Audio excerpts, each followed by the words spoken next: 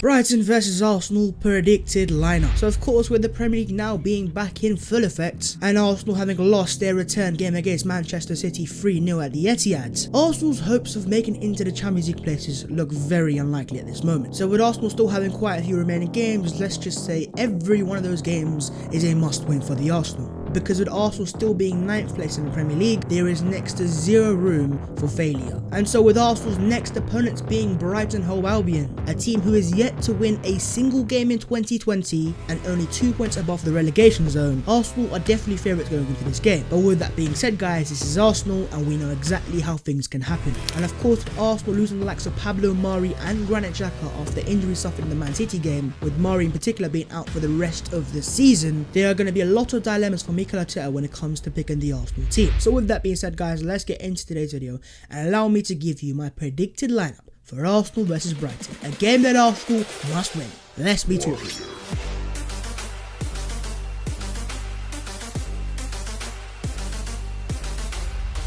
Football is just a mad game, isn't it? I mean, just 3-4 days ago, we were hopeful of beating the champions Man City and life looked somewhat good. Fast forward a few more days and now Arsenal have lost 3-0, had a player sent off, suspended, and also have 2 of our first team players completely injured. Life really comes at you fast, especially when you're an Arsenal fan. Yo, what is on, guys? My name is Basiltine and welcome back to my channel. In today's video, lads, we shall be discussing Brighton versus Arsenal and me giving my preview and my predicted lineup for the game itself. Now, as I've already said a few times, this is a must-win game. Arsenal have no opportunities to slip anymore. We need to win every single game because we need to somehow and some way get into the European places. And for Arsenal to do that, it is very simple. We need to win against Brighton. But with that being said, guys, before we get into the video itself, make sure to go down there and smash a like on the video, subscribe channel if you are new, and also comment down below your opinions and your thoughts going into the game, your predictions, your predicted lineups, and yeah, just any pre-match thoughts you have. Let me know your thoughts in the comments below. Make sure to follow all my social media and subscribe to my group channel, The Offsiders. But with that being said, guys, let's get into this video and allow me to give you my predicted lineup for Brighton versus Arsenal, a must-win game. Let's be talking. Starting off in goal, it's going to be easy. It's going to be man like Bernd Leno. Where would we be without Bernd Leno? Probably in the relegation zone, lads. Because yet again, as we saw in the Man City game, Bernd Leno saved us from embarrassment. Towards the end of that first half, Man City really started to make chances and Leno was keeping us in the game and keeping the score at 0-0. All that for David Luiz to completely ruin it on the stroke of half time. Lads, I'm still not over that. But regardless of say, in terms of that game itself, Bernd Leno was by far our man of the match and a player who, to be honest, if it wasn't for him, the score could have easily been 5 or 6-0. And for me, Bernd Leno once again solidified himself as, for me, the second best goalkeeper in the Premier League at the moment. And so yeah, going into Brighton game, this is a simple no-brainer, not even a question. Bernd Leno has to start. Moving on to the right back, lads, is going to be man like Hector Bellerin. Bellerin against Man City, I can't lie, it was pretty decent. In terms of the game against Man City, I think what we saw is a Hector Bellerin who looked very sharp and very to the point and a very good player. But to be fair, in that first half and up until we had 11 men, he looked like a very decent player. He was getting in front of Sterling. There was a time where he got bodied by Sterling, but apart from that, he did look very solid. And to be fair, I was very impressed and I was surprised by how sharp he looked in that game as well. And so with Arsenal's other right back being Cedric Suarez, which again, I do not have a clue what's going on there. I'm hearing reports that he could be off to Olympiacos now. I mean, what's going on there? And of course, with Andy Maynard now not being a right back, that leaves us with Hector Bellerin, who has to start right back. And Hector, you know, you were going to go City, let's keep it going. Moving on to the first centre back, lads, it's gonna be man like Shkodran Mustafi. Yes, Shkodran Mustafi, because that is right after David Luiz had a disaster class of disaster classes. When the space of him coming on in 20 minutes, he gave away 2 goals with 2 awful mistakes and got sent off as well. He is now suspended for the next 2 to 3 games, which also means that Man City game may have been his final game as an Arsenal player. You say what? But yeah, with David Luiz being suspended and Socrates still being injured, this gives us no other options than to start man like Shkodran Mustafi, who, may I say, in the Man City game, he was pretty solid, I'd say. Yes, he may have made a mistake for the 3rd goal, but that's Shkodran Mustafi and we expect that. So Shkodran Mustafi, you are starting for the Arsenal. Oh my god, what is going on? Moving on to the next centre back, lads. Again, this is very interesting. It's going to be man like Rob Holding. Yes,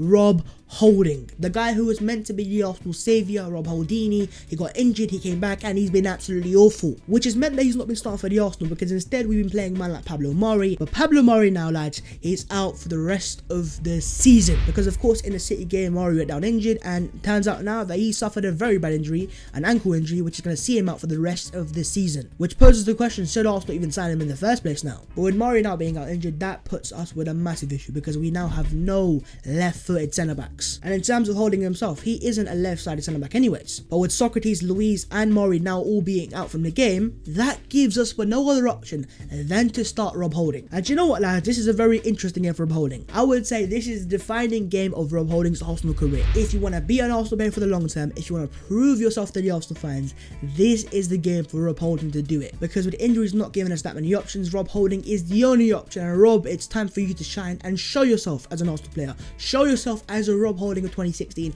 show yourself as a Rob Holding of 2018, and show yourself as a decent, reliable centre-back, because I have had enough of centre-backs letting me down again and again and again. And I'm talking to you, David Luiz. But yeah, Rob Holding, you shall start. It's your time to take over and show us that you can defend. Moving on to the left-back, lads, is going to be man like Kieran Tierney. Kieran Tierney for me was very good against Man City, and that's because when we had 11 men, he was having a very good game. He was getting forwards, he was getting the better of his winger, he looked solid, he looked strong, and he was giving us that Scottish power. But of course, with Arsenal going down to 10 men thanks to David Luiz, Kieran Tierney had to actually play as a centre-back for the second half. And actually, to be fair, having played at centre-back, we only conceded one goal, and he didn't look that bad either. And there's even been some reports claiming that Arteta might even look to play Kieran Tierney as the Arsenal left-footed centre-back. And so if that does happen, I'm not sure about it right now, but let me know your thoughts in the comments. Do you think Kieran Tierney can be our left-footed centre-back? Because of course, Kieran Tierney actually is a player who has played for Scotland in the back three as a left-side centre-back before as well. But again, to play in the back two is very different to playing in the back three. So again, let me know your thoughts in the comments. Do you think Kieran Tierney can do it? But of course, in terms of his left back performance, I think what he showed is exactly what we know of Kieran Tierney. We know that we have a class left back here who, if he can remain fit, has the potential to be one of the best, if not the best left back in the Premier League. Yes, I am talking to you, Andy Robertson. Move aside, the Scottish captain is really here. But yeah, regardless of where Kieran Tierney plays, Kieran Tierney has to start. Left back, Kieran Tierney, you are starting, my friend. Moving on to the central midfielder, lads, it's gonna be Dani Ceballos. Hey yo, Danny, I've got to ask you a few questions still, because yes, I want Ceballos to start, but I'm hearing reports now that he does not want to be here come next season, because according to reports, Arsenal are actually looking to make another loan deal for him going into next season. But according to reports as well, Ceballos is saying no to it because he wants to go back to Spain, not to Real Madrid, but to just a completely new challenge. What's going on, Danny? And so it poses the question, if he doesn't want to stay at Arsenal, do I want to see him starting in the Arsenal colours? Because the last thing I want is in a game that we need to win, we need to fight, we need to show grit, that we have a player like Dani Ceballos who might not be willing to put the fight in because he's not going to be here next season. But again, with the likes of Granit Xhaka now being injured, it doesn't give us that many options. And so as much as Ceballos' future is in doubt, I think he still has to start. In terms of the Man City game, of course, having come on into the game, he did look pretty decent. He wasn't outstanding by any means, but again, in terms of the options that Arsenal have, Ceballos still is that best option in the right hand side. But the question then goes to you guys, would you like to see Arsenal go out there and sign Dani Ceballos going into the next season? Because right now, I'm not quite sure. And it seems like Danny's not quite sure either. Moving on to the next centre midfielder, lads, it's going to be Matteo Guendouzi. Allez, Matteo. Because that is right, again, with Xhaka being injured, Xhaka would have played here, but he's injured, so he can't. And that leaves us a man like Matteo Guendouzi, who has to start in this game because, again, we don't have that many options. And to be fair to him against Man City, he did hold his own. Now, I'm not saying he was world class and he took the game by a scruff of his neck, but to be fair to him, being up against midfielders like De Bruyne and David Silva, he did have a decent game. And I think what Matteo Guendouzi has shown so far this season is a player who is willing to fight. And in terms of this game against Brighton, it's not going to be easy because Brighton are a team who are fighting relegation, who are fighting for their lives, and they are going to want to win this game as much as Arsenal are. And so in a game that we're going to fight, Matteo Guendouzi for me is definitely a fighter. Just go back to the Tottenham game this season in the Northern Derby, and then go back to the Aston Villa game as well. Matteo Guendouzi has to start. Ali Matteo FC, we are here. Moving on to the attacking midfielder, it's gonna be man like Mesut Ozil. Man like Mesut Ozil, where do I begin? Of course, having not only been dropped out of the Arsenal 11 for the Man City game,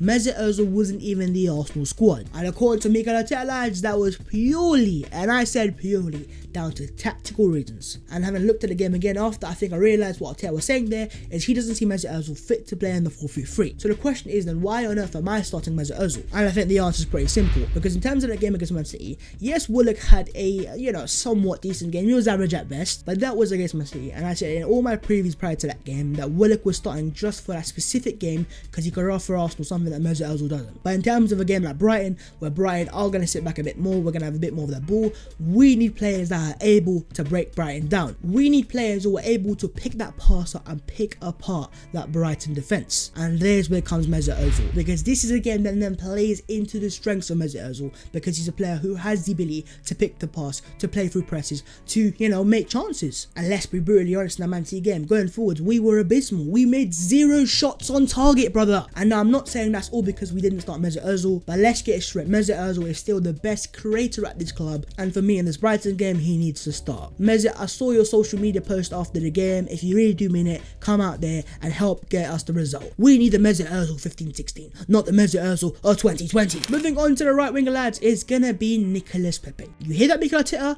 Nicolas Pepe, the guy you have on the bench who's worth £72 million, our record signing, he needs to start. Because that is right, of course, Mikel Arteta chose to leave his record signing on the bench in a game against Man City, a game that we needed to win, which has caused a lot of Arsenal fans to ask a lot of different questions. Does Arteta rate Nicolas Pepe? Was Nicolas Pepe a waste of money? And what is going to happen with Nicolas Pepe's long-term future at the Arsenal? And for me personally, I think those questions are way too over the top. I think Pepe does have a long-term future at the Arsenal. He's our record signing for a reason. And for me against Brighton, he needs to start. I think what Arteta is trying to do is trying to get a reaction on Pepe. I think he sees the player there. He knows he's got a very good player, potentially world-class player there. But I think what I can also see from Arteta is he's a manager who wants a reaction. And I think that is exactly what he's trying to do with Nicolas Pepe. And I think he's trying to see what type of player Nicolas Pepe is. Is he a fighter, or is he a player who is just happy to sit on the Arsenal bench? And as much as I hear that Mikel Arteta, I think in his Brighton game he has to start. Nicolas Pepe is our best winger by a country mile. I'm sorry to reach Nelson fanboys, because in terms of Nicolas Pepe, not only is he one of our best creators, he's our best dribbler, he can shoot, he can pass, and he is a world-class winger on his day. Just ask Man United fans. And in terms of the Man City game, as much as we were let down by our defence,